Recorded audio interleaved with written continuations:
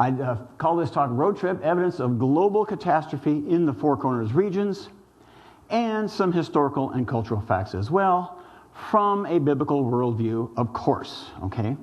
And I have a little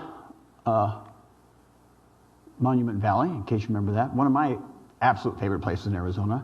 I have a little audio-video check to do with you. This is a video produced by Pike Pictures, the Pike family in Oregon. I'm familiar with them because they were associated with the creation organization that I was with, based in Portland before we moved down here. And they put together their own video documentary. And it's called Creation Explorers Tracking the Flood. And it talks about the evidence. Has anybody here familiar or heard of the term the Lake Missoula flood? A few people. Okay, the Lake Missoula flood happened in the Northwest. You'll see how it works here. But what I think is particularly enjoyable about this is that they involved young people, actors, people in their 20s and 30s. And it's just really exciting to see young people portraying evidence for creation. And the whole Lake Missoula flood theory was ridiculed and rejected for many, many years, and it took a lot of time and before people, geologists, secular geologists, were able to, because you'll see about that in the movie. But it took a long time for them to reverse their thinking. But thinking can be reversed. People can be persuaded. But again, we pray for them, and I like the thing about, people aren't projects, they're relationships. That's wonderful. And so as you interact with the people in your life, okay, my goal, my hope for you all, my prayer for you all is that you know now that you have God's word on your side, and you can confidently share that. And if somebody raises up an objection, you also know that there are lots and lots of resources out there that you can go to. And if somebody asks you a tough question, you can say, it's a really good question. Let me get some research on that, and I'll get back to you. And you will be able to do that because the resources are there. God right now in 2022 is raising up an incredible army of people. I'm not including myself now. I'm talking about really good, top-rated PhD scientists and observers and writers to bring this evidence to light so that people can see this and they can say, wow, yeah, the Bible makes much more sense than the story I was told in the museum or in school or what have you. So, anyway, here is a little video clip of the Creation Explorers Tracking the Flood.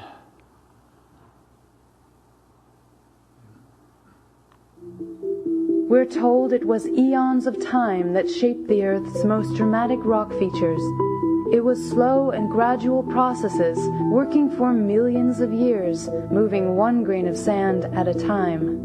Yet before this theory was popularized, a completely different explanation had dominated scientific thought, one of violent and catastrophic processes.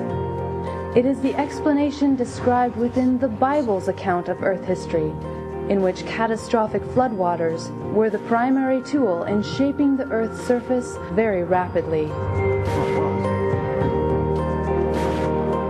Has science made it impossible for us to believe the Bible?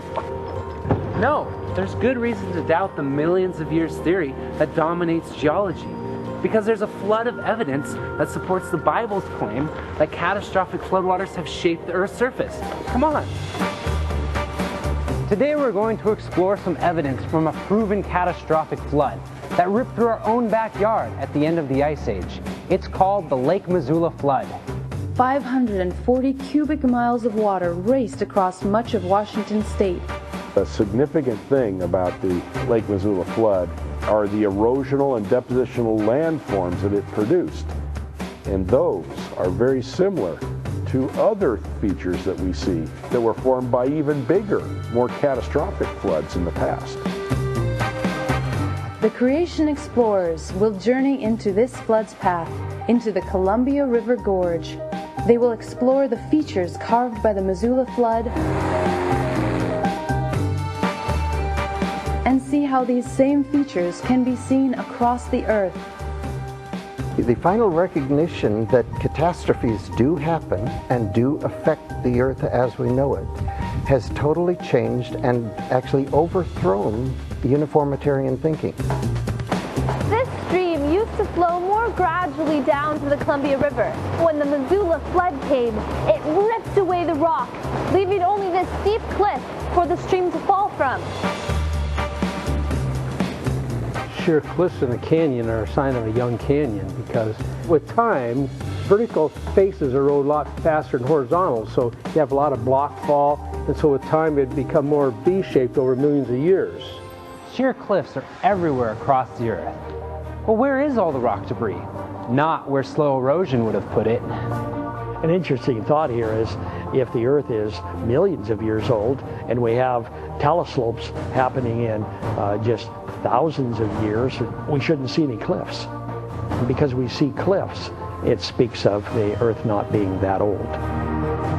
This evidence for catastrophic flood erosion shows us just how possible the Bible's global flood catastrophe can be.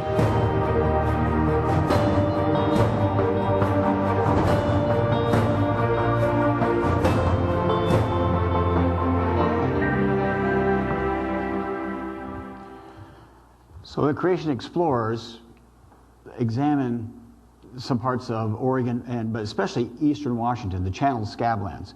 And the Becky Pike, who produced this, she says, I'm going to give you some of these, and I'll give you some samples. And so I'm going to leave one of these with the pastor. And then you can figure out some way. You can watch it at home first and figure out how you might want to share it with other people. But again, it shows a local, regional catastrophe, and then all you have to do is just make some very, very simple extrapolations and say, well, if I can see these massive features that have been confirmed on a small scale, when I look at something like the Grand Canyon or Monument Valley or some of the other places that we're going to see today, you say, oh, yes, a catastrophic flood makes more sense than a little bit of water and lots of time. What we have here is lots of water in a little bit of time. So, that being said, start with Scripture. 2 Peter 3:3. Knowing this first, that there shall come in the last days scoffers walking after their own lusts, and saying, where is the promise of his coming? For since the fathers fell asleep, all things continue as they were from the beginning of the creation. Keep that thought in mind. For this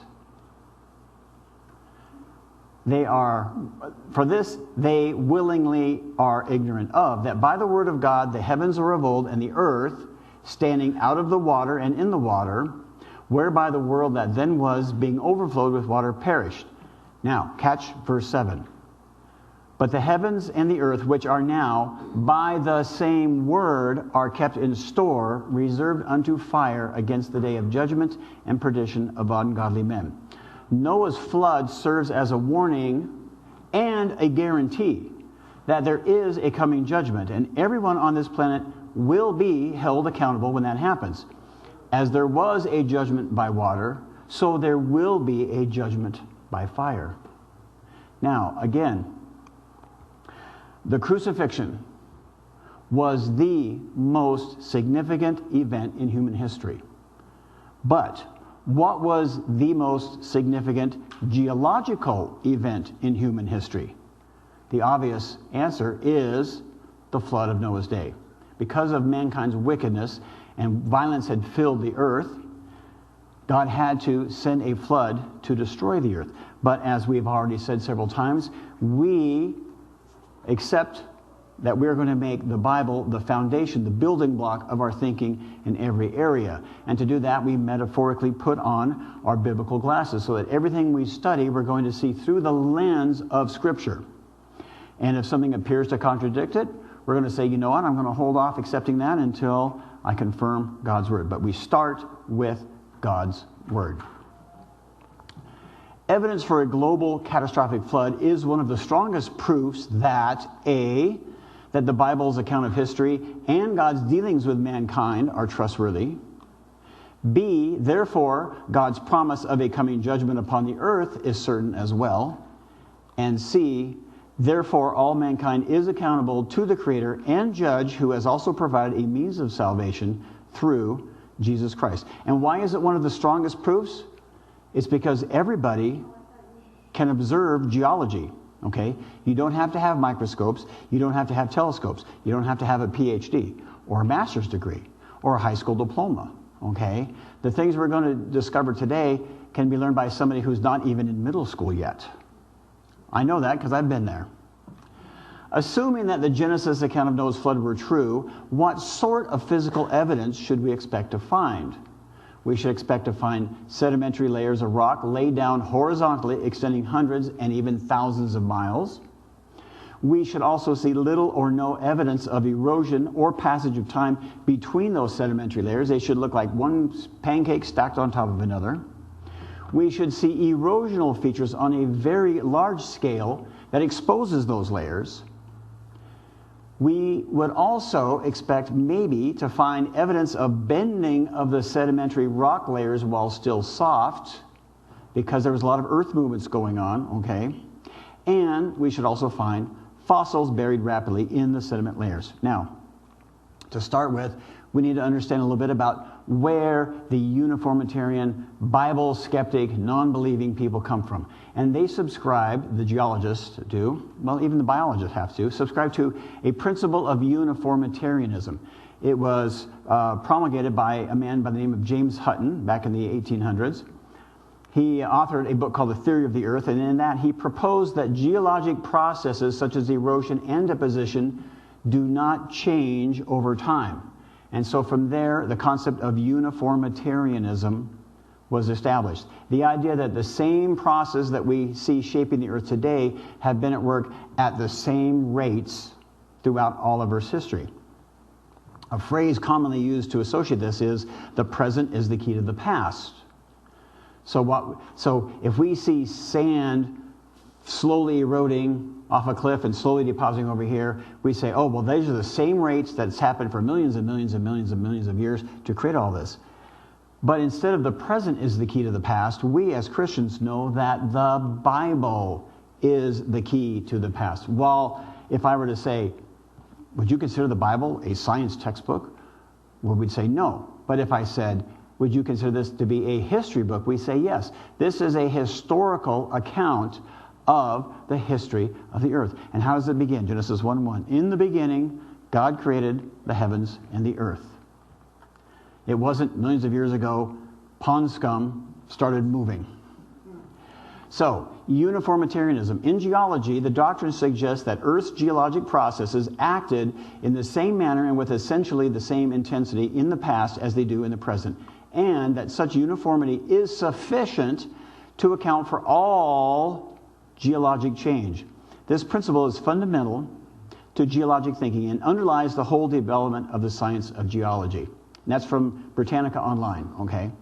So if we can disprove the millions of years through geology, then what does that do to the biologists who also need millions and millions and millions of years for critters to form from pond scum to public speakers, okay?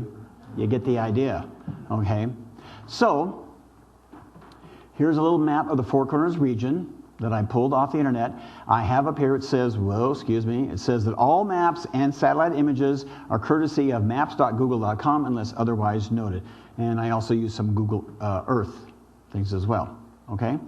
So let's just say, for convenience sake, that you have some friends and they're coming from out of state and they're going to fly into Arizona and they're going to fly into Phoenix because they don't want to pay the extra money to catch a little commuter flight up here to Sholo, right? Okay. And so you're going to meet them in Phoenix. You're going to do a big road trip. Now, let me just first of all explain. This presentation today was not based on a single road trip that I took with my wife. This was based as kind of a composite on several different trips we put together. Although, in theory, you could, if you had the resources and you want to have the time, you could make a road trip of this sort, but not necessarily have to. If you are a traveling type of person, or you have any kind of interest in geology, or you think that before gas is $9 a gallon, you want to get around and see some places, you might want to take some notes on some of these locations that we're going to cover, all right?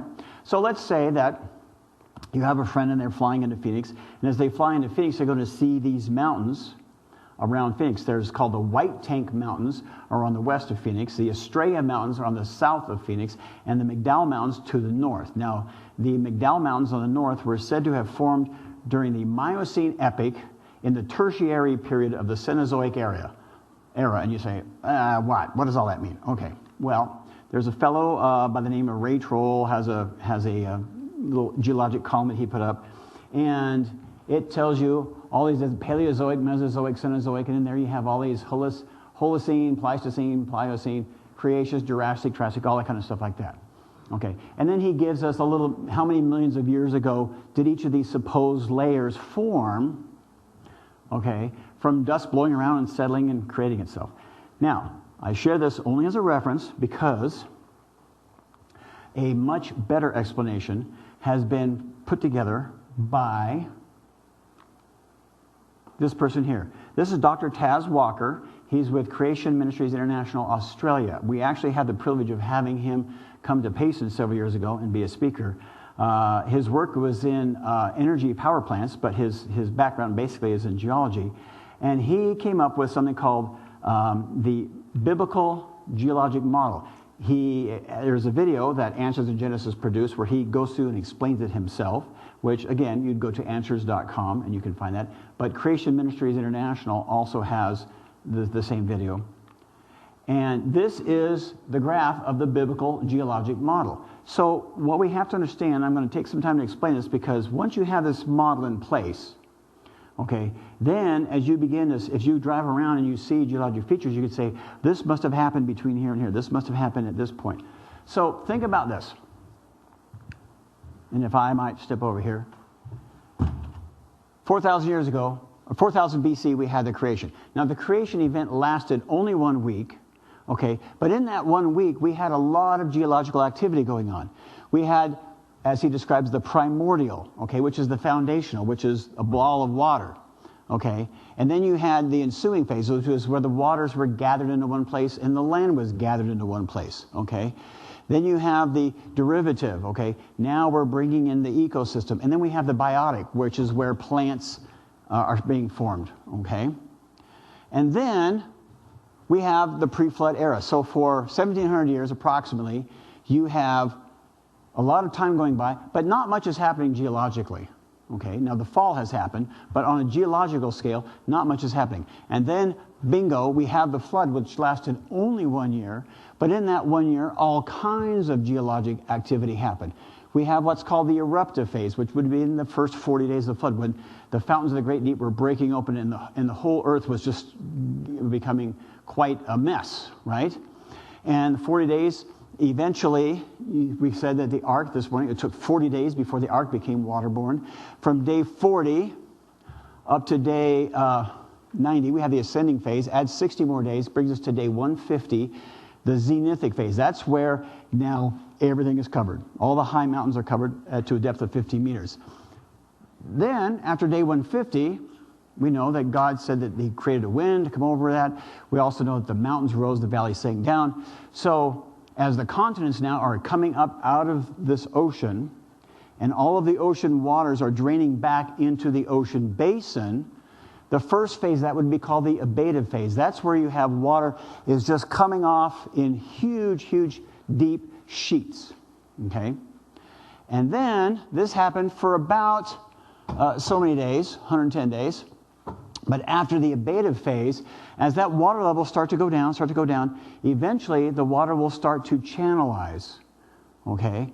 And the waters will start to kind of form little places, because as the water gets lower and lower, some of the rocks are going to erode very easily, okay? Some of those rocks are just going to turn right back into mud, and they're going to be sloughed right out into the ocean basins.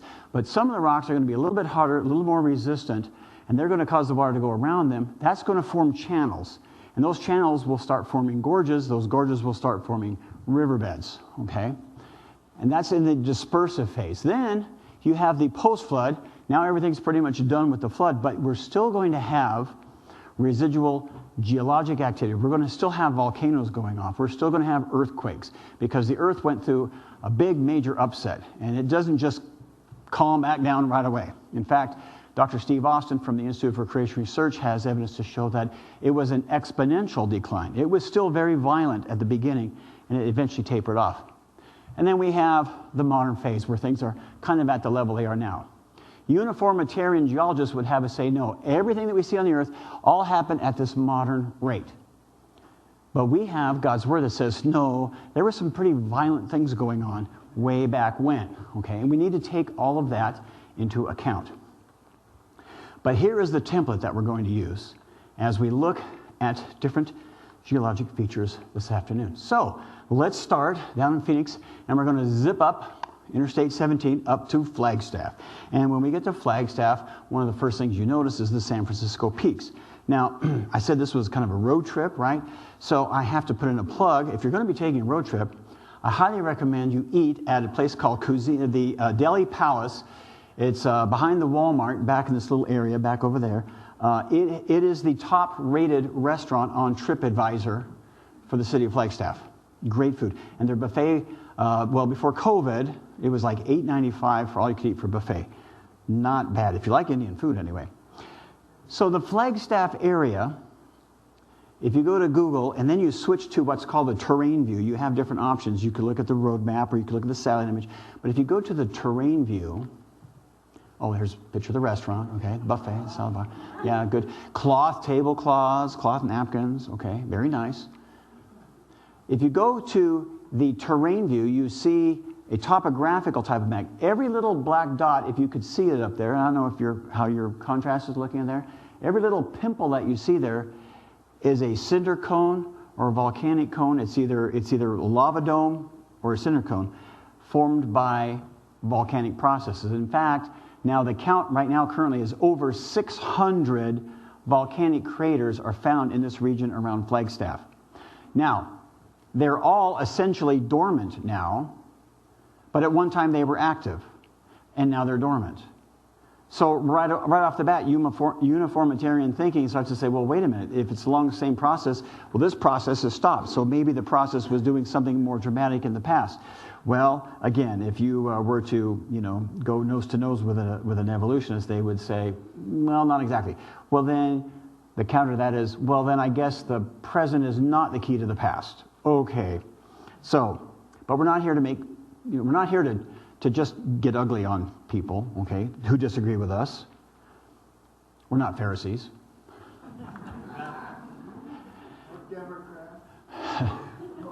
Well, we can't go there yet either. So on our first trip north out of Flagstaff, heading up Highway 89, we looked over, and this was the San Francisco Peaks. Right now, the highest peak, Mount Humphreys, is 12,663 feet elevation at its summit. And it reminded us of something that we have the privilege of seeing in the Northwest.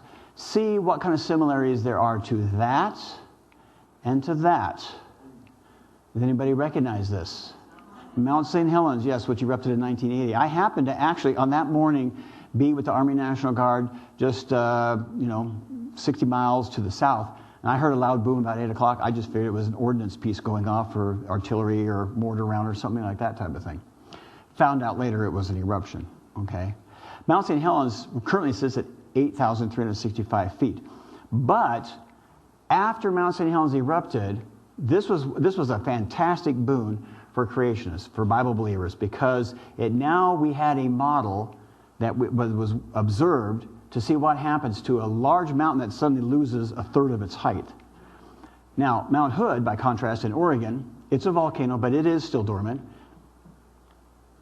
It sits at 11,250 feet. Now, getting back to our friend, the San Francisco Peaks. San Francisco Peaks, it says, this is from a website, are the remnants of the only stratovolcano in the San Francisco volcanic field. For decades, volcanologists suggested that the mountain, now called San Francisco Peaks, had simply worn away over time. That was the standard thinking, because it was believed at one time that when volcanoes erupted, it was always a vertical eruption, everything off the top. And so the San Francisco Peaks, to get their contour, had to just erode slowly, slowly, slowly. And then it says, you see, stratovolcanoes are known for their powerful explosive eruptions, like Krakatoa or Tambora, but they usually force their way upwards, producing a gaping crater at the top. They'd never seen a lateral blast volcano before until Mount St. Helens. Mount St. Helens, on the other hand, blasted sideways, leaving a bowl-shaped amphitheater where a nearly symmetrical mountaintop once stood. And then they have the pictures, the before and after pictures. Okay? So, compare the photographs with Mount St. Helens, okay, and then on the right side is the San Francisco Peaks, and they drew a line together to say, well, what would the San Francisco Peaks, what would their contour, their outline have looked like pre-eruption? And you see the resemblance there. So because of Mount St. Helens, okay, a lot of the understanding of our own San Francisco peaks had to be changed. We remember seeing the pictures. So here is San Francisco peaks that I showed you a little while ago. Here's what the San Francisco peaks could have looked like had it still had its top. It would have been over 16,000 feet high. 16,000 feet. Not so bad, is it? Okay. So before the San Francisco peaks blew, that's an approximation of what that peak would have looked like. I mean, you can see it from Holbrook. You would have been able to see this from who knows how far away, right? Now, just as a contrast, comparison, Mount Rainier in Washington, their tallest peak is only 14,000 feet, whereas Mount Denali in Alaska is 20,000 feet, okay? So we would have had a pretty awesome volcano had it not blown its top, okay? That's the first evidence that long, slow, gradual processes aren't what's in play here. Now, from Flagstaff, if you leave Flagstaff and you head east a little ways, and then you head up through some of these Navajo Nation roads, it takes you to a place called Grand Falls. Has anybody here been to Grand Falls? 1, 2, 3, 4, not enough. Okay, so we got to get you informed on how Grand Falls works. Let's go back to Google Satellite. This dark area that you see in the lower left, this is all a volcanic lava flow. This lava flow would have happened after the flood. How do we know this? Because there's no sediment on top of this. There's no evidence that any sedimentary rocks were laid down on top of this lava. So this would have been a fairly immediate post-flood event. But what happened here? During the flood, as remember we talked about the abative and recessive phase, you have all kinds of sediment being scoured off, and then you have the little Colorado River being carved by this water that's going out through the riverbed of the little Colorado River.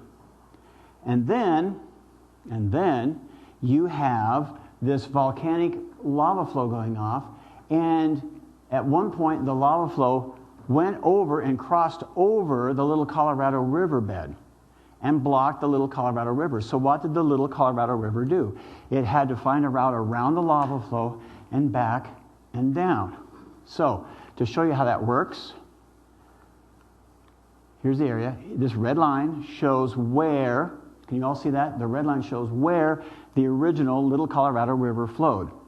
Then the lava flow came over and rerouted the river, so now it has to go around. And then when it goes back over, it has to drop down back into the gorge that was created. So this red arrow here points, could we dim these lights just a little bit more, some of that? I mean, for me, it's a little bit harder to see the contrast. For you all, it might be better. Okay, is this good? I'm going to take you through Google Earth, excuse me, and we're going to put ourselves to the northeast of the Grand Falls area. And that's what it looks like. Now, do you see all of this grayish area is all the lava flow that came across and blocked the little Colorado River. So it has to go around and come back in on the left-hand side there.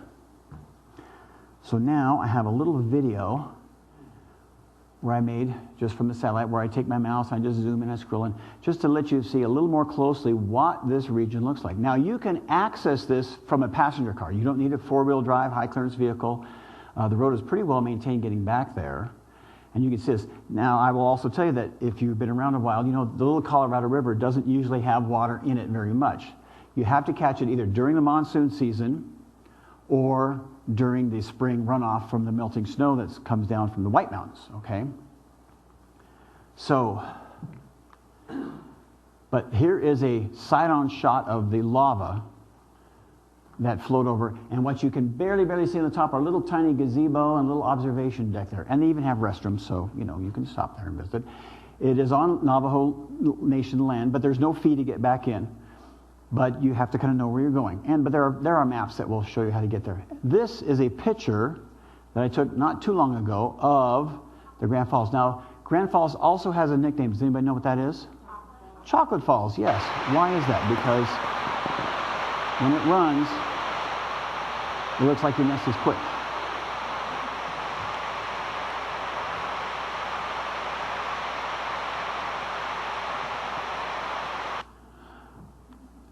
But here's the point. The Little Colorado River Gorge had to be cut first before the lava flow occurred. If this happened millions of years ago, why is there still a waterfall there? If the Little Colorado River has been flowing like it has, even as intermittent as it is throughout the seasons, if it happened for millions and millions of years, that water should have eventually cut that waterfalls down to where it's just going to meander around and come back in. Okay? So the fact that we still have a waterfall there shows that long, slow, gradual isn't working. So let's look again at our chart. When would this have occurred? The Little Colorado River Gorge would have been cut during the dispersive phase when the sheet flow had slowed down, and now all the water is finding out little rivers and little streams like that to work its way out. The lava flow then would have happened right afterwards, the residual phase, to block that river, and the river has simply rerouted and has not had time to cut through the waterfall to bring it all back down to the same level. Not hard to understand at all, is it? Okay. Why is it not hard to understand? It's not hard to understand because we start from the biblical perspective. So, from Flagstaff, we've gone out here to Grand Falls. We're going to backtrack now, head over on 89, and head up to just outside of Tuba City. But on the way up, of course, you'll see Sunset Crater National Monument. Again, this is just another example of some of the volcanic activity that was in that area.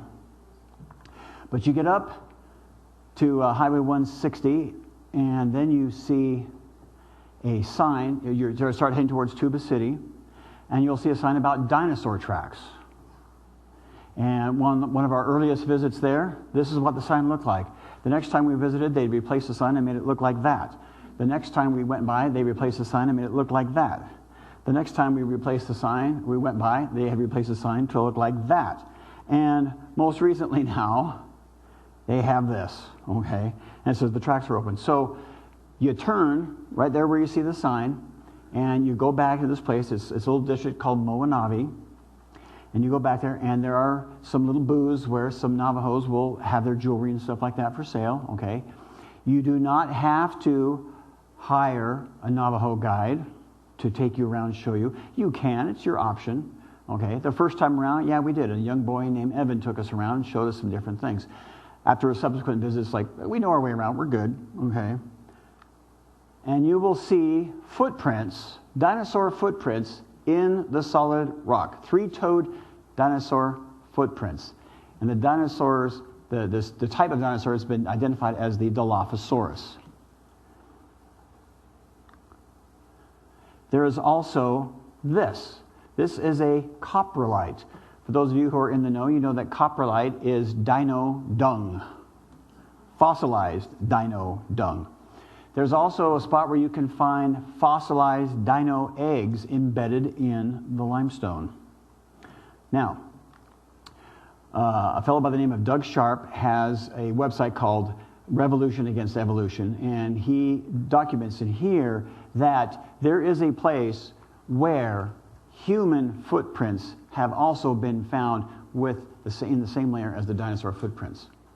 However, in the past, when those kind of discoveries have been made, somehow in short order, those footprints have been mysteriously chiseled away or destroyed by somebody who didn't want other people to see that evidence. So he has been very careful to not publish the location, the GPS coordinates of where you would find that. But how do we explain dinosaur footprints? Where would they come about? Now, remember, we talked about it took the eruptive phase 40 days before Noah's flood was waterborne, and the water kept rising. So somewhere in this eruptive or ascending phase, think about this now. Think about you are a dinosaur, and you see habitat being wiped out, and you see tsunami waves coming in, and you're like, I don't like this. And so you're fleeing to higher ground. That's instinctive, okay? Animals don't have to be told mountains are high, valleys are low. So they're going to flee to higher ground. But now let's say that you're out there and you're kind of stranded on this little spot, and then the next tide goes out and there's a big mud flat out there, and you see that, oh, over there looks like a better place to be. So as the water has gone out, you now have an opportunity to get over to the next highest place to seek refuge. And after you scurry away the next surge comes in, brings in a lot of mud, drops it down, preserves your tracks. And you're stuck at the next place. And eventually you're stuck until you can't go anyplace else, and you're buried or you're washed out in the tide. So dinosaur footprints and other types of footprints as well would have been laid down during this phase when each successive layer is being brought in, tide goes out, brought in, tide goes out. And this is going on for half a year. So if you ever want to stop in Page there, or outside of Page, you can do that. Now from Page, we're going to zip up, from Tuba City, we're going to head up to Page. And when you get up to Page, of course, one of the things that makes Page what it is the Glen Canyon Dam. Authorized in 1956. It was completed in 1963. That's when Lake Powell was formed. But in 1983, something happened. Awesome Science Media has a series of videos called, this is Kyle Justice, he's the producer. He is the father of his son Noah Justice, and when Noah was about 12 years old, they decided to produce a series of videos featuring his son as the main master of ceremonies or the host, okay? And here's the series, Awesome Science with Noah Justice. And so from this series, he talks about the Grand Canyon. And there's a segment where he talks about something called cavitation, which we have to look at today to understand how that works. The following clip is from the Explore the Grand Canyon episode of Awesome Science. You might want a little more.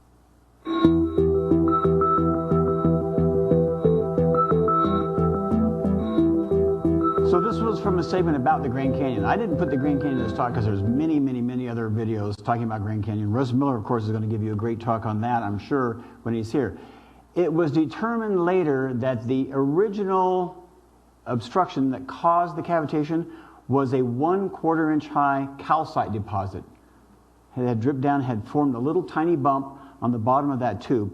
And then when all that water was going over, under that speed, under that pressure, because of that depth, it set up the whole cavitation process. Now, I want you to understand how the cavitation part works, because if it did that to solid concrete and rebar, imagine what fast-moving water can do to still wet sediment as it's running off at the end of the flood. Would have ripped through it like a hot knife through butter.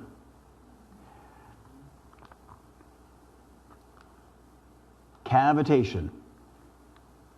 The rapid formation of vapor pockets in a flowing liquid in regions of very low pressure, a frequent cause of structural damage to propellers and pumps. And this, again, is the picture of the pit that was made. And how many thousands of cubic yards of concrete? It's like a lot to repair this thing. It was a ugly, ugly mess. But you know what? There's something in our recent history not too long ago that happened at the Oroville Dam in California. Does anybody remember that from the news? In February of 2017, the Oroville Dam in California had the same problem. It filled up so fast that they had to open the spillway to let water out because it looked like it was threatening to breach the dam. The water came flowing over, and the cavitation of the water ripped up through the concrete, breached the sidewall, tore out all of this solid rock that you see on the right-hand side there in a matter of minutes. And that was hard layers of rock. Again, think about what would have happened at the end of the flood when all these layers are still soft and the water is pouring over them. It would have been a real fast mess. Okay. So from Page, as we're heading out from Page now, we're heading a little ways to the east. There we go, just a little dot there. And we're going to go take a visit to Antelope Canyon. A lot of us have heard about Antelope Canyon. It was operating at a pretty good clip pre-COVID, and then they had to shut everything down because it's under the jurisdiction of the Navajo Nation, and they just shut it all down. And I understand that they have recently opened it back up, but at a much more limited capacity, which means that the tours fill up more quickly, which means you have to book farther in advance to get in to go take a tour to see Antelope Canyon. The time that we went, and the word for Antelope Canyon is, say, Big Honolulu. Sounds almost Hawaiian, doesn't it? You know, but we went through Antelope Canyon tours, and they had these white trucks with the little things in the back. But some of these companies, I'm sure they probably had to sell off their fleet to survive the COVID, and some others probably went under and don't exist anymore. I don't, it's just kind of hard to say what the current status is of Antelope Canyon Tours is up in Page. But as you go back, you drive through the wash. The only way you can get in there actually is with a Navajo tour guide, because people have gone in there and been trapped in a flash flood and drowned. So now it has to be under licensed operations. So you get back there, and who's that fellow on the left? Oh, well, never mind. Don't pay any attention to him. Anyway, taking a Google Earth shot, okay, this, if you can see it clearly, this is the parking area. This is the wash where all the sand is. Then there's this rock feature right here, and Antelope Canyon goes right through. Then there's this upper part there, so you can see where the riverbed would have come down, and then it does something where it has to breach through this rock to continue to flow outward. Now there is an upper and a lower Antelope Canyon. This is the upper Antelope Canyon. Now, before the water, if you're thinking like an evolutionist, the water is coming down. If it's just a little bit of water, like it is nowadays, which is only during the monsoon seasons, how would it ever breach over or through a rock? Okay, water doesn't just climb uphill and go back down the other side. Okay, water seeks its own level. So you would have had to have enough water at some point in time to build up behind this rock ledge to then spill over to start the cutting process. But we don't see anywhere near that type of level of water nowadays. And besides, with all the sandy bottom, the rain that does come usually just goes soaked right into the ground. So uniformitarian process right from the get-go cannot explain Antelope Canyon. Okay?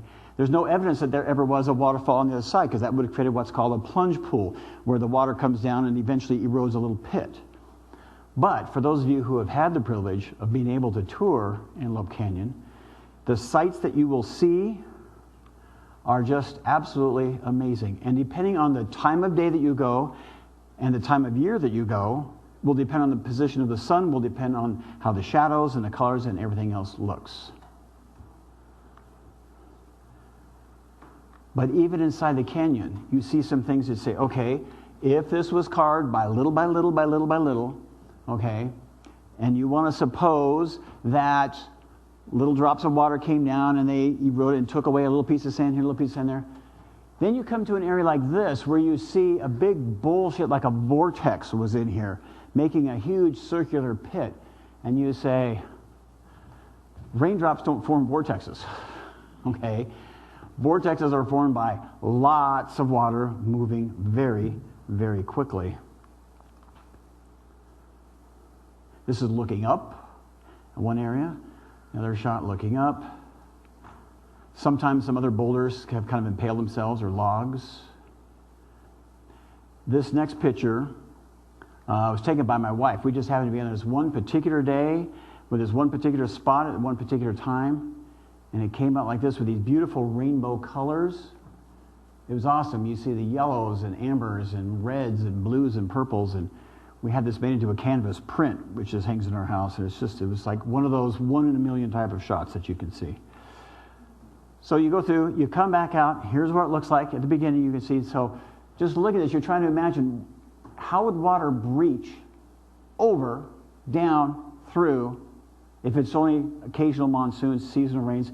Even if there was a stream that flowed maybe and could move 50 gallons of water a second or 100 gallons of water a second, how could it cut through something like this and leave the type of remnant that it did? A much better explanation is, as the floodwaters were racing off and coming out, this area was still soft and water was able to penetrate, and it just went right through and made this, drained out, and left us with this beautiful Antelope Canyon. So again, when would this Antelope Canyon have been formed?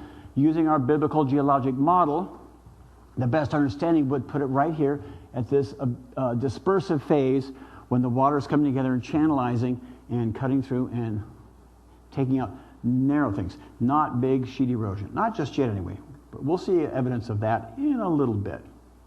While you're up in Page, we have yet to see Rainbow Bridge. It is the largest natural bridge in the North American continent. But while you're up in Page and you're hungry, Stromboli's Pizzeria, great food. They even have gluten-free crust, okay? Vegetarian and vegan options as well. If you look to the east, you'll see Navajo Mountain. We're going to talk about Navajo Mountain in a bit. I mention it now only because this is the first time you'll see it on this particular trip. But as you head out, you'll come to this little place here. There's Navajo Mountain, and then you come to Navajo National Monument. Navajo National Monument is a little place where you can see some ruins. In fact, this is the main one that they feature, Batatakan ruins. Now, they won't let you go inside Batatakan ruins. They only allow the tours between Memorial Day and Labor Day, and you have to be there early, and you have to have, a guided tour to come in, because they've had some rocks fall off the thing and land. They don't want anybody to get hurt, okay? Now, if you've driven around the Southwest, you've probably seen alcoves like this many, many places. Not all of them have ruins, of course. But this raises the question, how did alcoves like this, these little cubbies, form? An evolutionist would have to say, well, little by little by little, it just kind of eroded away, eroded away, eroded away. There's no stream or river going into there, so it had to just be gradual. It just had to be rocks just kind of slowly decomposing. If that were true, where is all the rock debris from coming down? We're not accusing the Anasazi Indians of going in there with wheelbarrows and shovels and hauling it all out, okay? That wouldn't work. Seasonal monsoon rains aren't deep enough to carry rocks like that out. So the absence of debris from whatever caused this carving out isn't there. And it should be there according to evolutionary standards. However, if there was a global flood sweeping through the area during that abative phase, it would have plucked these things out and sent them on down the way. So again, evolutionism, uniformitarianism fails, biblical flood model prevails. All right, so from Navajo Mountain, we zip up here by Kayenta, and you'll pass something called Agathla Peak, also known as El Capitan. But we're heading to Monument Valley Navajo Tribal Park. Anybody been to Monument Valley Navajo Tribal Park? We've got to get more people on this. Okay. You'll get on Highway 163. You'll barely cross into the Utah state line. You go about a little tiny ways, and all of a sudden here's a driveway that says Monument Valley Navajo Tribal Park. You take a right, you go back in. While you're driving on the driveway, you're re-entering Arizona. You come to a place called the View Hotel, which has a very unique history, which we don't have time to go into today. But it's built by Navajos, operated by Navajos, built on the edge of a ledge. You park in the parking lot, you walk through a door, you come out, and you emerge onto a patio, and this is what you get to see. You might recognize this from a few John Wayne movies, because the director John Ford loved to shoot out here, and John Wayne loved to come out here and be in movies with him. And here is the Navajo spelling. It looks like Klingon to me, so I won't even try to read that one. But it means in Navajo, the clearing among the rocks. You didn't mention if there was a restaurant there. You haven't let me get that far yet. You're not hungry yet. When you see this, you're like, you forget about your hunger. And you're just like, wow, this is so cool. And you want to get your cameras out and take all kinds of pictures. Depending on the time of day and the cloud cover, it might look like this. This is Merrick Butte. And it was only recently when we got a video of the history of Navajo Valley that we figured out where Merrick and Mitchell Butte got their names. But this is Merrick Butte. Just by looking at it, can you make an estimate as to how big do you think it is? Big as a house? Big as a city block, maybe? Bigger than that. Well, that little tiny dot that you see down there is actually a vehicle with people standing around looking at it. This thing is like about 3 city blocks long and about 3 city blocks high. But going back to this here. Oh, by the way, from the hotel, this is the observation. This is looking back at the hotel. There's 100 and some odd plus rooms. All but a few of them face the valley. They all have patios, and when you check in, they've got a little extra treat, which I'll show you in a second. Around this area this was called John Wayne's Point. This was where John Wayne's favorite place to view Monument Valley from. John Ford has his own point where he liked to shoot from, which is out on a little farther out. But you paid to get into the park. And whether you're staying at the hotel or not, doesn't matter. You have access to drive your vehicle into and around a little 14-mile drive if you want to take the whole 14 miles or just part of it. So you come in and you drive around. And this is Elephant Butte because you kind of sort of can see the elephant, and his trunk and his head is on the right and the rest of his body is on the left. And this is Camel Rock, okay, because it looks kind of like a camel. And then you have the Three Sisters and the totem poles. And this is just an area, a picture looking back through the area. This is, again, the picture of the hotel now taken from a distance. And you see how it's sitting on top of these sedimentary layers of rock? I'm going to throw a grid down on top of it, and you'll see that they are horizontal, they are flat. There's no evidence of erosion or anything between those layers. They just go on for miles and miles and miles. I want to quickly get back to this butte here, Merrick Butte.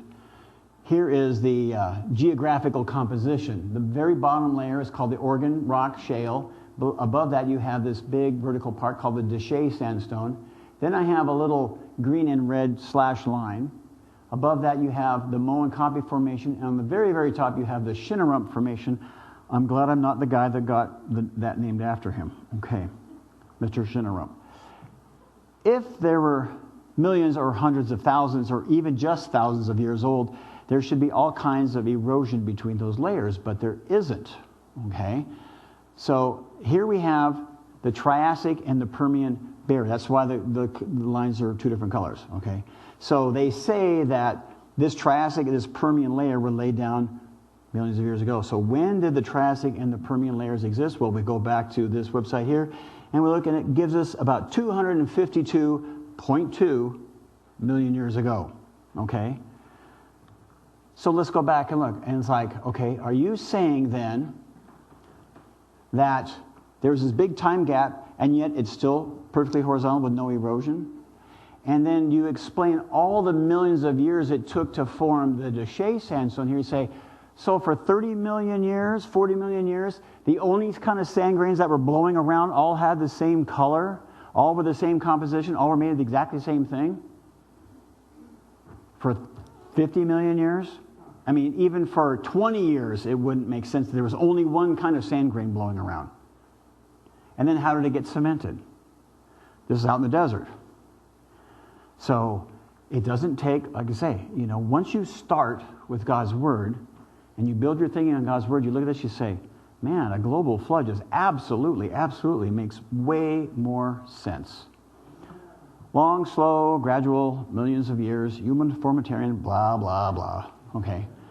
And these same layers extend to all of these formations in the Monument Valley, which means that this entire valley was filled with the same rock layers at one time, and then something took everything else away and sent it far, far away to like the Gulf of California, to the Pacific Ocean, okay? Because there's no evidence. If it was just slowly breaking down by sand particles, then why don't we see more sand dunes around that area? Okay, we do not, because they don't exist, because they were never formed by that process. So on a website, monumentvalley.org, geology, okay, it says that, deposited by streams, the Oregon Rock Shale, that's the base of this thing. Then it says the Deshay Sandstone, listen to this, wind-blown dune deposits produce this type of deposition, but yet nowhere else do we see wind-blown sand dunes creating solid rock pillars out in the middle of the desert. Great sand dunes are not turning into hard stone. Yeah, for thousands of years, the only type of dirt blowing around was exactly the same color, making the same layers. Now, this, by the way, is West Mitten Butte, and I think I have added in here. So I showed you pictures in the afternoon. Sunsets are really, really cool. Also, if you're out there taking pictures, you get these beautiful colors like this, and a little bit darker ones look like this. So when would Monument Valley have been formed? When would these rock layers and these remnants have been formed? This would have been during that abative phase where it's all the water that's coming off the continent now, going onto the oceans, is flowing in huge sheets, and it's taking all of this soft sedimentary mud with it. But there were some areas, okay, if it was sandstone, it was quartz, and if it was limestone, it was lime, that if there was certain higher concentrations of the cementing agent in certain areas, those rocks would have been just a little more resistant to the erosion, and so the water would have gone around them. And it's very easy to explain that because, you look at it and say, well, obviously this is still here, but obviously everything else has been vacuumed out, okay? As for the restaurant, the View Hotel does have a very nice place. When you check into the lobby, this is what it looks like. When you go to the checkout counter, they have a little thing on the sides showing sunset and sunrise times for the people who want to make sure they've got their cameras out for sunset and sunrise. But they do have a really nice restaurant. The last time we were there, after they recently reopened, the restaurant was closed, but the one across the highway at Goulding's Lodge was open. And we surmised it was because there just weren't enough people visiting yet, coming back in yet, to bring the operation back online for the restaurant. But Goulding's Lodge has a very nice restaurant. You can eat across there. It's not so bad. This is a picture of my wife and her friend Kathy while I was taking the picture, okay?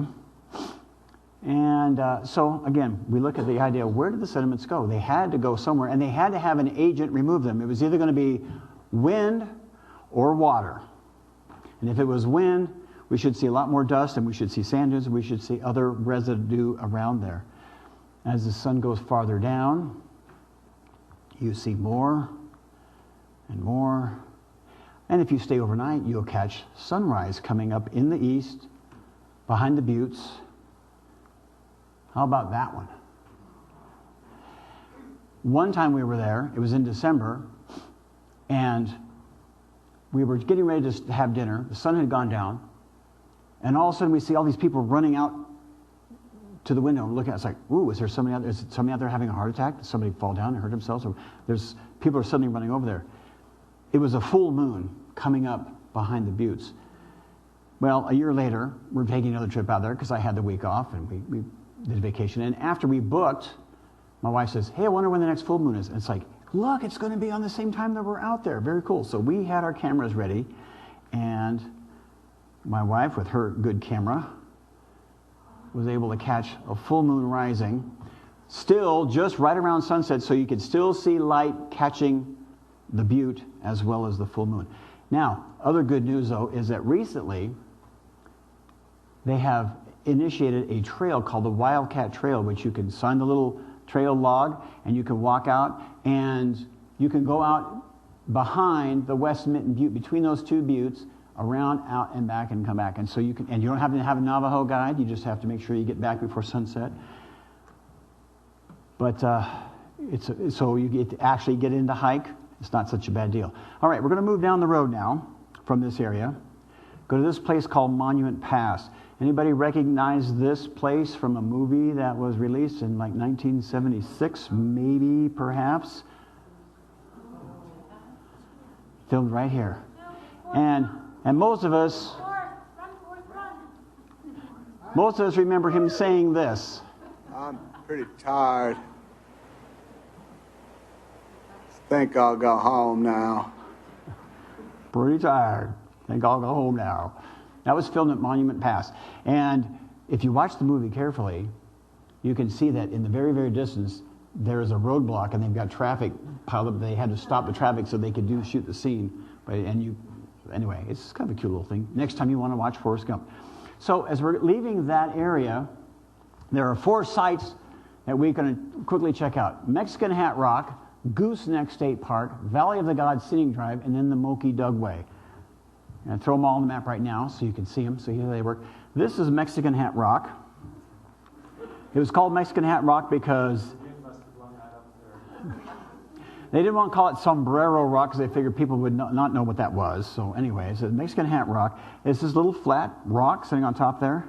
And you can drive into it. You can drive right up close to the base of it and look up there at it.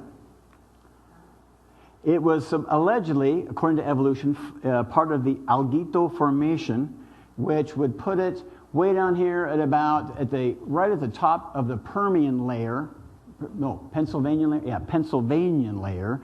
And the Pennsylvanian layer is about 299 million years ago. And it's been sitting there ever since, just peacefully passing the time away. Doesn't sound too likely. At the current erosion rates, that thing should have come down quite a long time ago, if it had actually been formed that long ago. Gooseneck State Park. You drive out to Gooseneck State Park, and you come to the sun. There's really nothing there, just there's just a little deck that you can go out and you look at the San Juan River. But the San Juan River, from a satellite image, okay, has this really interesting meander where it goes back and around and back and around and back and around. And this, it says Gooseneck's Campground. It's this little spot right here. It's kind of like Horseshoe Bend up by Page. You have to take a panorama shot to get the whole thing in. And this is an example of what's known as an incised meander or an entrenched meander. Okay. Now, for the people up in Oregon, they know that the Tualatin River meanders in very much the same way, but it is a very, very slow-moving river. In fact, it looks like it's not even moving at all, practically. Okay. Very slow meandering sort of stream like that usually don't go very fast, but the San Juan River really tears through there.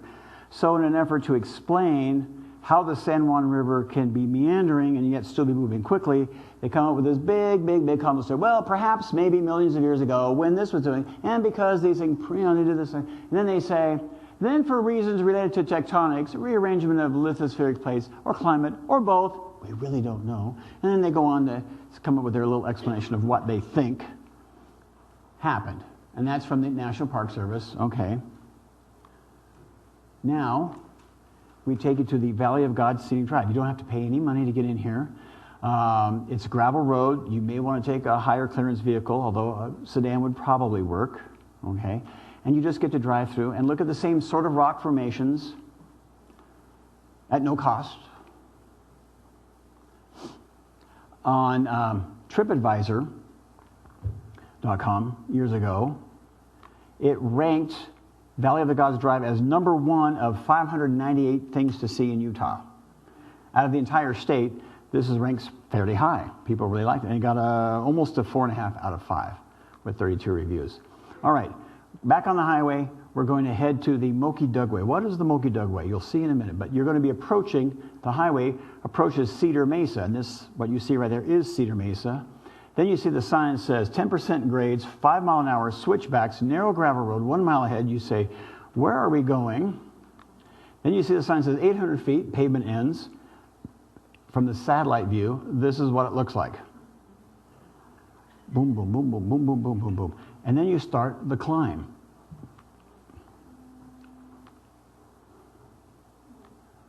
And you see these layers. You're climbing up through these layers here. Now, I just happen to have taken a little, no audio in this video, but this shows you what it's like if you're driving up in a rental car or others. Keep an eye on these layers as you see them coming up on your ride. This is a very close analogy to what you would see if you could drive your car through the Grand Canyon. And how many of us, while we're watching this, have been on Highway 77 and gone down into Salt River Canyon and back? Okay? You know, it's like, okay, it's a very similar sort of thing. You're looking at these layers, but again, these layers are all flat like a pancake. If it took millions of years to form each layer, they shouldn't be flat like that, and they shouldn't be uniform as they go through the thickness. It should just be a whole hodgepodge of stuff. And by the way, you notice that the road is fairly flat. They always keep it well graded, and the corners are nice and wide, so you never have to worry about, you know, going around a sharp little corner and then having some semi come around and take you out.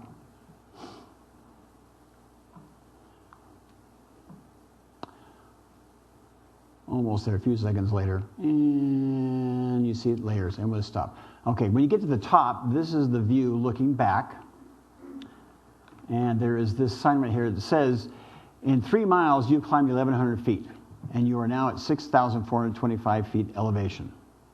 Pretty close to where we are here. Then there's this sign that talks about the Moki Dugway. It was built in 1958 by Texas Zinc. It was a mining company to transport uranium from the Happy Jack mine in Fry Canyon, Utah, down to Mexican Hat, where there was a processing plant. And it talks about the term Moki is derived from a Spanish word, which is used by Spanish explorers to describe the Pueblo settlers. Today, the standard term used to describe these prehistoric Native Americans who lived more than 1,000 years ago as ancestral Puebloans. Okay, it is based on the present-day Puebloan tribes and archaeologists' belief that these people were the answers of today's Hopi, Zuni, Acoma, and Rio Grande region cultures. You may also see them commonly referred to as the Anasazi, which is a Navajo word meaning enemy ancestors. But there are some people who say, oh, we shouldn't use the term Anasazi because it's cruel. It might trigger somebody's microaggression. So we should call them ancestral Puebloans. So even political correctness is getting into this kind of stuff. But now you are at an area known as part of the Grand Staircase. And like I say, Russ Miller has some great information on the Grand Staircase. But as if the layers in the Grand Canyon aren't enough,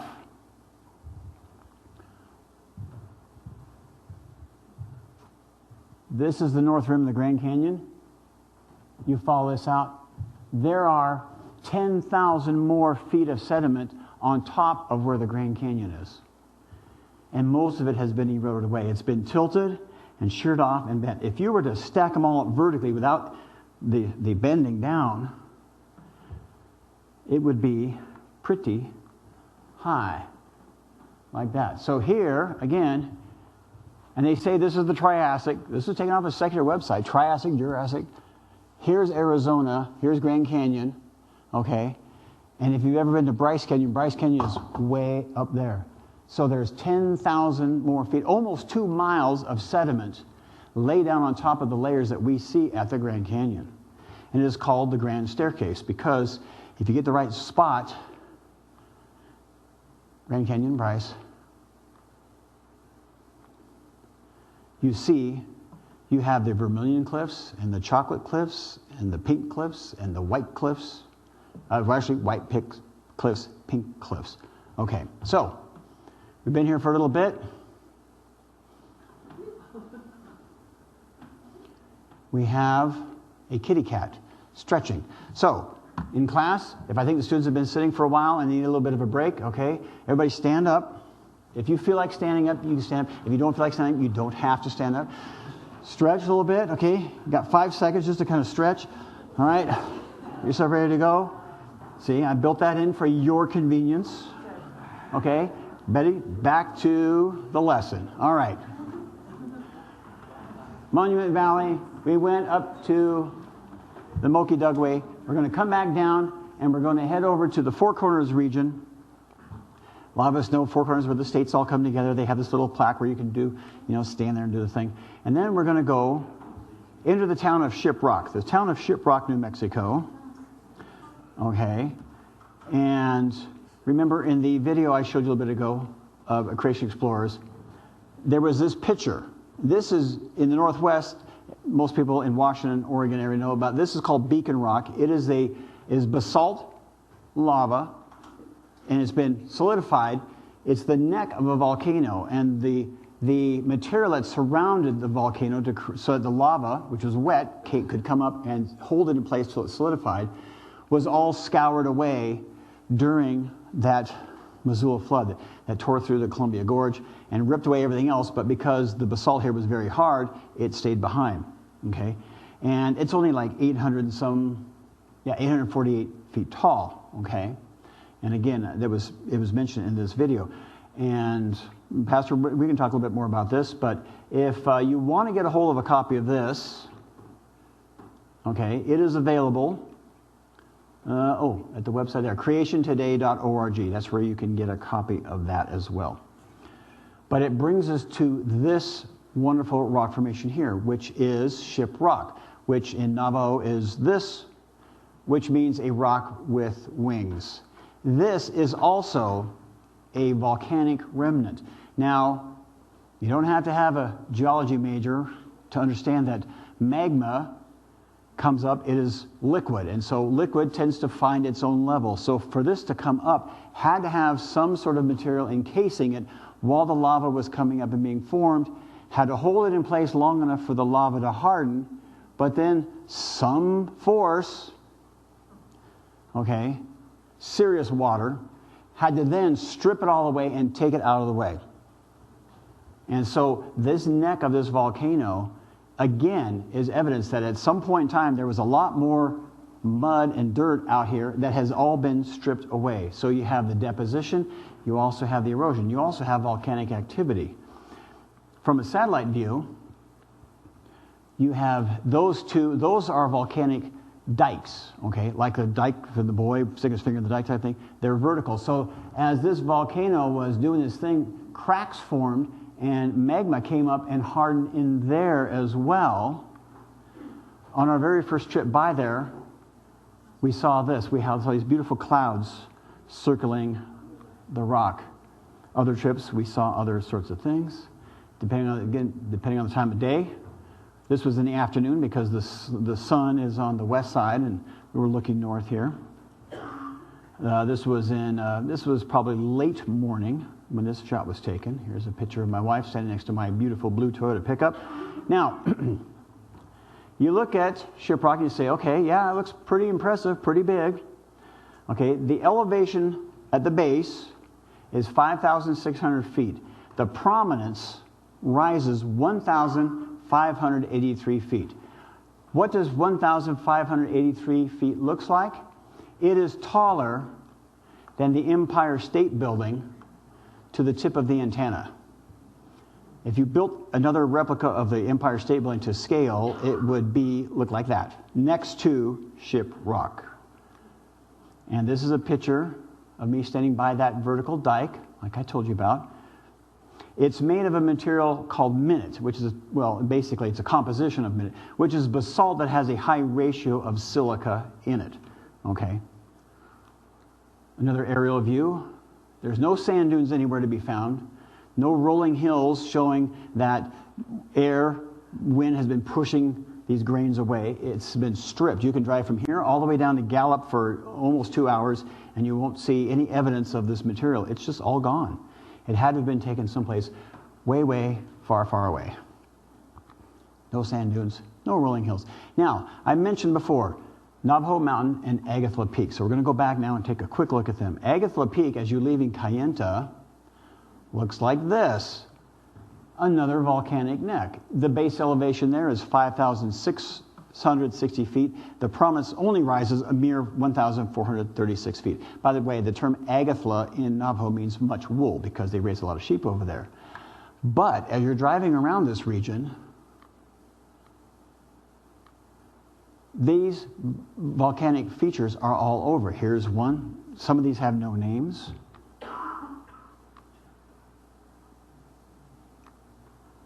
Now, this map right here shows the Navajo volcanic field. I just ran across this not all that long ago. I know it's kind of hard to see in this map, but if you can see, every little blue triangle that you see there is an eruption of magma that's exposed above the ground. That had to have something encasing it while the magma was hardening, and then it's been stripped away and exposed. And everywhere you see a little yellowish orange line is where there has been a fault has occurred. So this place was rocking and rolling at the end of the flood. Now, I mentioned Navajo Mountain. Navajo Mountain sits at an elevation of 10,388 feet. And it is, in geologic terms, described or classified as a laccolith. What is a laccolith? Not a term that most of us are familiar with.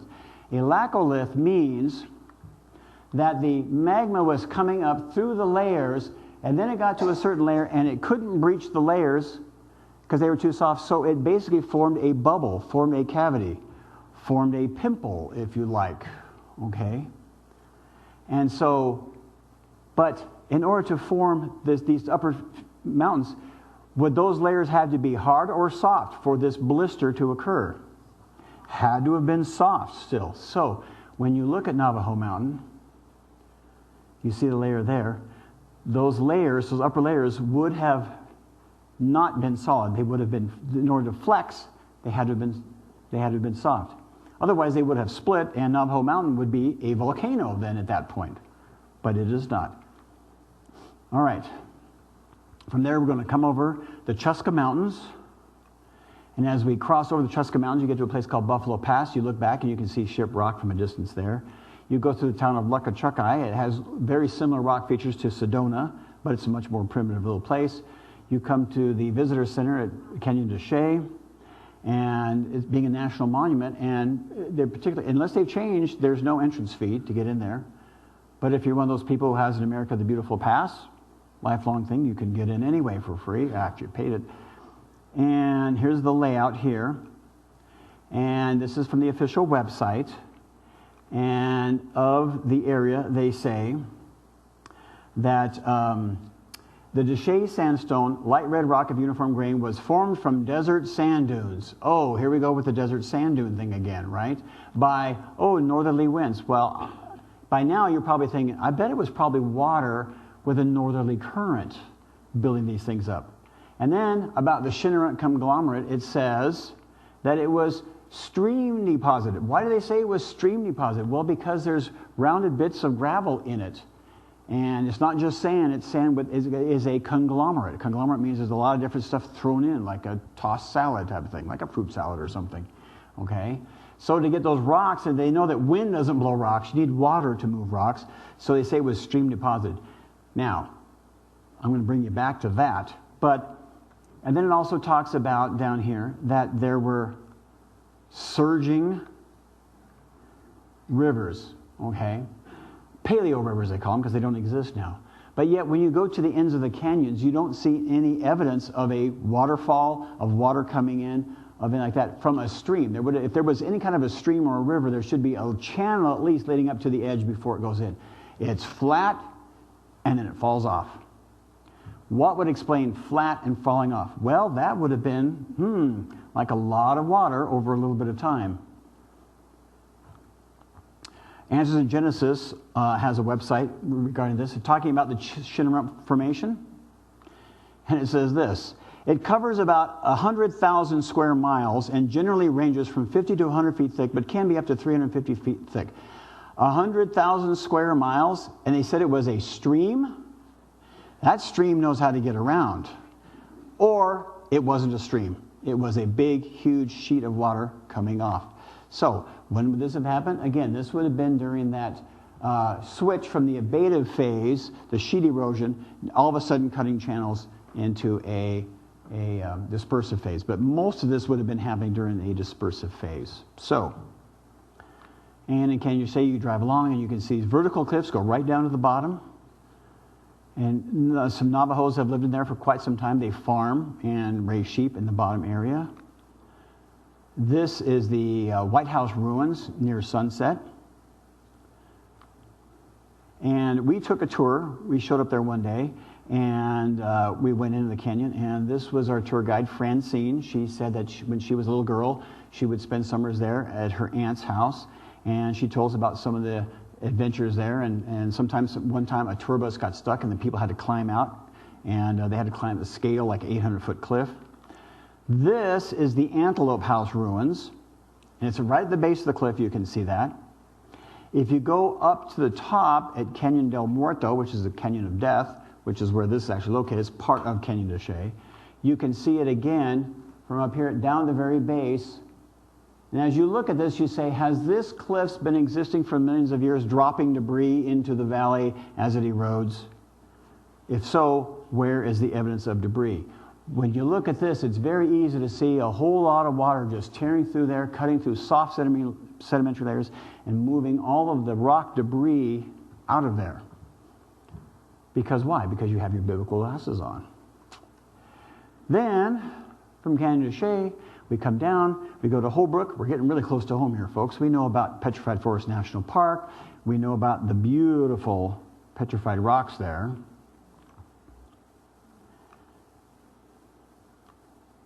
And the rock, the tree that these rocks are made of has been cataloged as the Aracaroxylon arizonicum. Okay, well, I catch the Arizona part.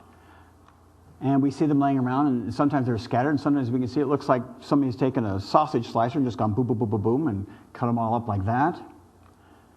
Sometimes they're a little more rugged piles. But one thing that's common to all of the petrified wood in this area, they do not find any significant amount of bark. They find no limbs. They find no branches. And they find no roots, only root balls at the very end of some of the largest ones.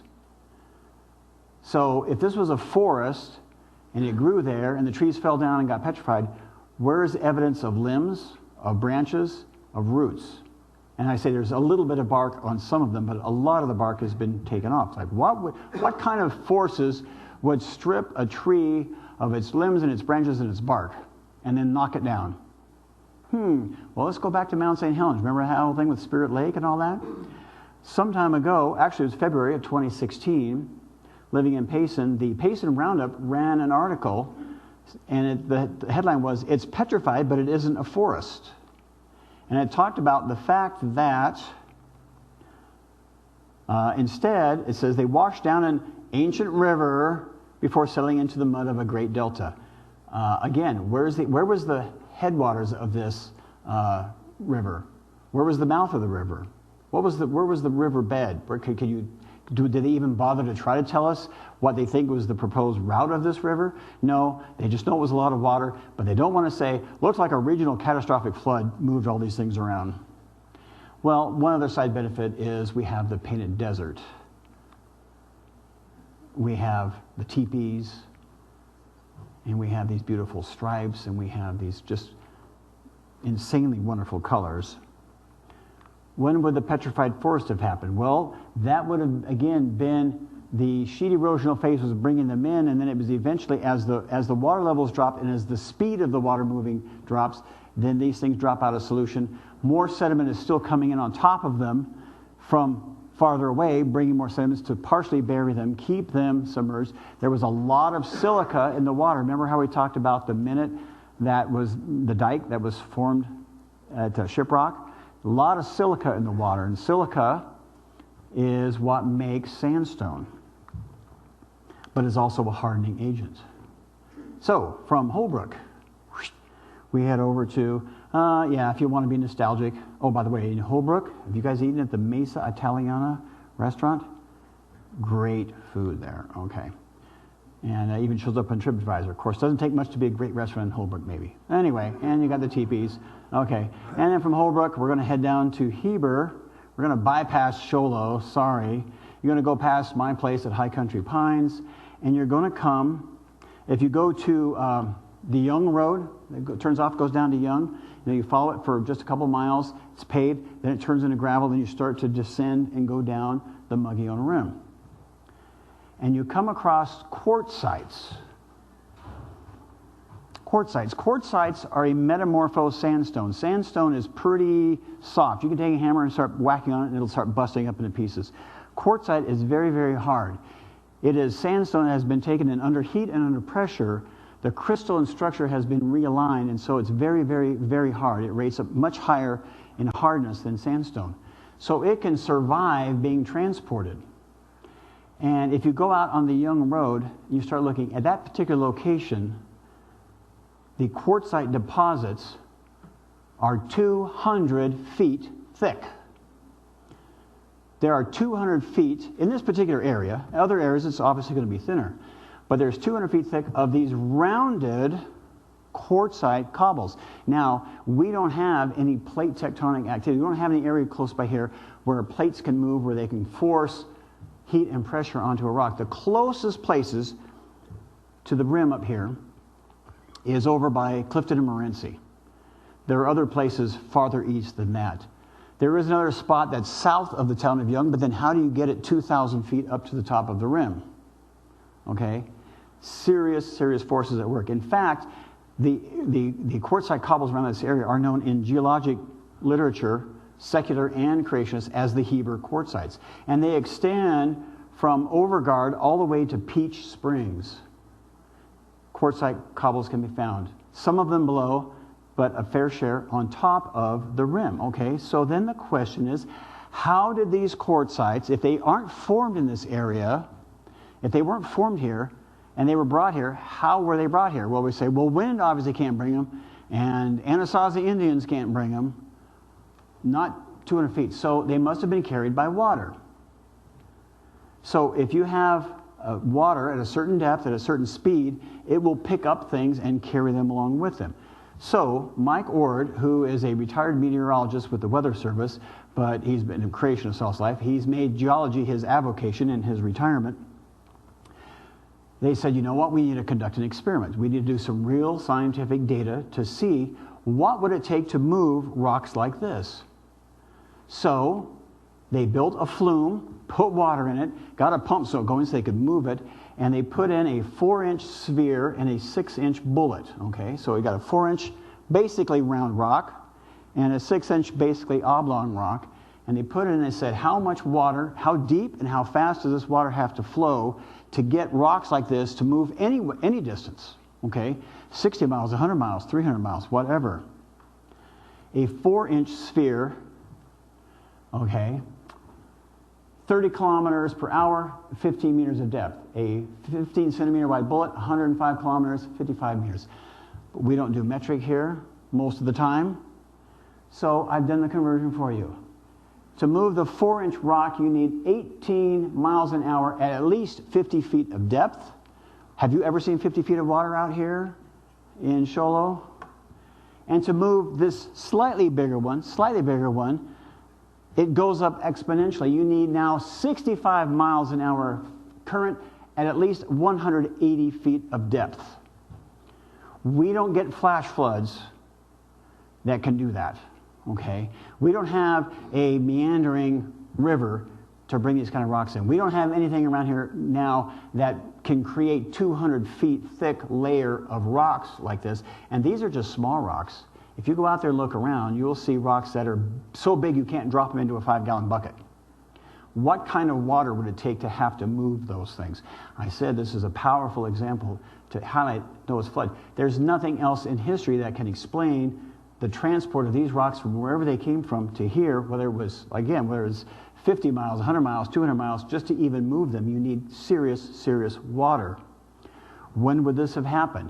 Again, this would have happened during that sheet erosion, that abative phase, where you got just water's just coming off in huge, thick, deep, fast currents and taking a whole lot of stuff with it.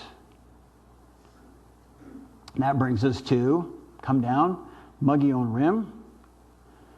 At least in Payson, they pronounce it Mogollon. And Mogollon High School in Hebrew calls it Mogollon, and Mogollon's like, well, but this even 60 miles makes a difference in pronunciation.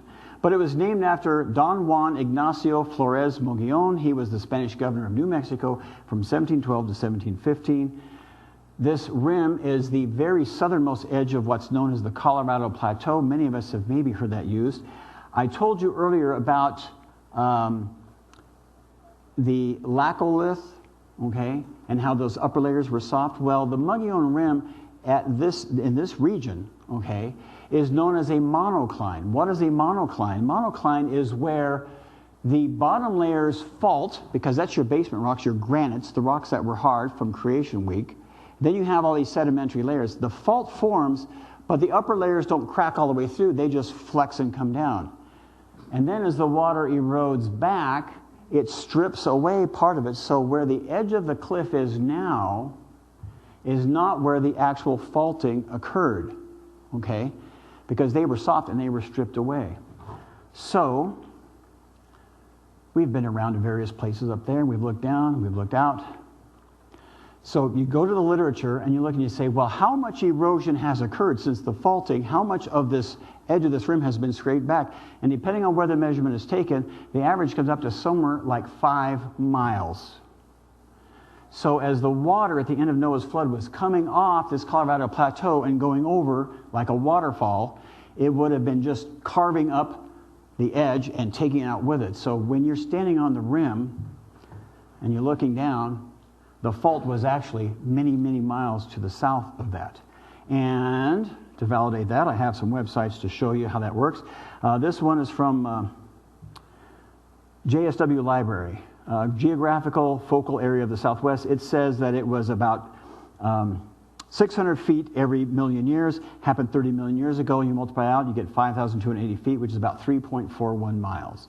If you look at this website on the geology of Sedona, it says it moved about 4 miles. They just do the whole thing for you.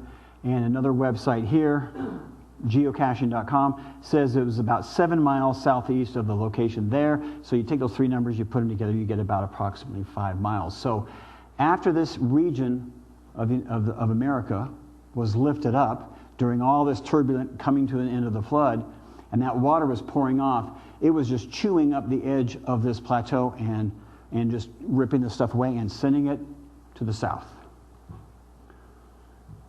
We good so far? We had a little stretch break. Okay, we're almost done. We're getting really close to home, because you know by now you're saying, we're getting close to Phoenix, so we got to be getting close to being done here. Yes, we are. Taking just a look back at the rim and these different layers, I want to talk about the great unconformity. This is something else that Russ Miller will probably bring up in one of his talks. The great unconformity is the boundary between the granitic rocks that form the basement rocks, okay, and those are considered metamorphic because they were considered to have occurred from lava. And then you have all the sedimentary layers on top. So where the sedimentary layers come down and meet the granites, that is considered the great unconformity. Now what evolutionists will also say is that the difference between this layer and these other layers, that there's 250 or more million years of history missing. Something took this off, and then for 250 million years, nothing happened, and then the sedimentary layers started coming back. Now, the reason they have to add these layers in is because they have to allow enough time for all of the evolutionary biology to take place, okay? But you can see areas where the granites are covered by sedimentary rock, and in this area, there just happens to be some exposed. In fact, in Payson, for those of you who've been there, you come into town, you take a right at the intersection there, you get on 89, and you start going up, and you come through the first roundabout, okay, and then you go to the second roundabout over by the Home Depot, and just a little ways north of that, on your right is a road cut. And that road cut is an example of the great unconformity. In fact, a secular geology professor from Northern Arizona University says, that's a great example of the great unconformity. Where the purplish rock is on the bottom, meets the orangish rock on the top. You can go out and you can touch this area. And Russ Miller would love to say this too. Creation rocks meet judgment rocks in one spot. Another evidence of a global flood. While you're in Payson, if you're hungry for Thai food, I recommend Ayutthaya Thai Cafe. What's that now? Yes. They just changed owners recently, but it's still pretty good, you know. If you head south from there, because you're heading back to Phoenix, because you got to get your friends back on their flight to head home, you come down to the town of Rye, and just outside of Rye, you'll see a sign that says Barnhart Trailhead. You turn off the road, you drive about 2 miles on a dirt road. It's still a little bit rough, but not so bad. You come to the trailhead, you start hiking up into the Matazal Mountains.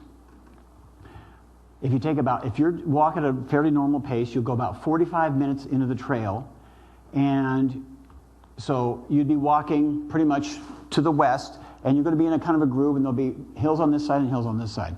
As you look to the north, you're looking down and over across the little valley, and you will see lines of rock that do this, wavy rock. The implication here is that this is what it looks like on the north side. This after about 45 minutes, you'll see this. If you look to the south, you're looking across and you're seeing big, deep chevrons going back and forth and back and forth and back and forth, and you see these layers of rock in there. Now, rocks, if they're laid down slowly over millions of years, okay, don't form zigzags, okay?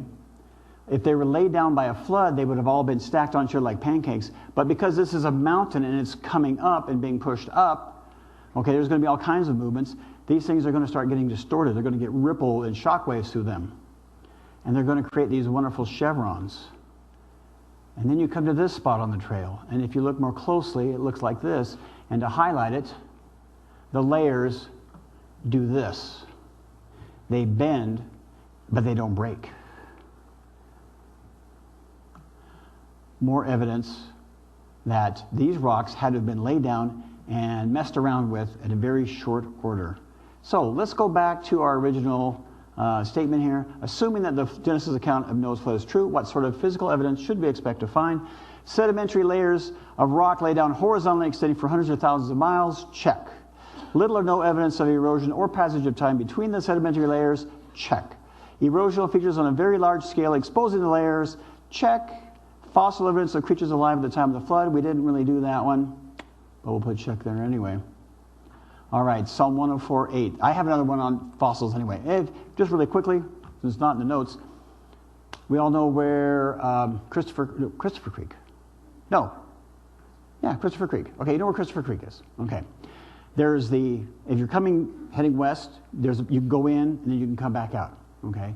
If you want to find fossils, you can either go into Christopher Creek or come to the far western end and turn and then go back out, and on the on-ramp, as you're getting ready to come back on and merge onto 260, there's a road cut on the side. There's a little talus slope. You can walk up to a talus slope, and in a little layer, about so big, there are fossilized clamshells, and the clamshells are fossilized in the closed position. Now, when clams die, the first thing that happens is that muscle relaxes and the shells open up. That's how we find them on the beach, okay? To bury a clam closed like this, it has to be buried rapidly under, conditions that the clam can't escape from. And that particular layer is not very well cemented, and you can pick them out with a little tool or, something like that, a rock, a finger sometimes. And most of them are about the size of a hazelnut, but you might find one close to the size of a walnut. Okay, right there in Christopher Creek. Psalm 104, verse 8, the mountains rose, the valleys sank down to the place that you appointed for them. Luke 19:40, I like this one. He, being Jesus, answered, I tell you, if these were silent, the very stones would cry out. And yes, in a way, we can say that these stones, these rocks that we've been looking at today, cry out, and they tell us that there was a judgment by water, as Peter says. There will be a judgment coming, and we know that Jesus is our advocate in the judgment. And if we maintain a daily personal relationship with him, we have nothing to fear in the coming judgment. John 17:17, Jesus was praying, and he was saying to his Father, sanctify them in the truth. Thy word is truth. Bank on it.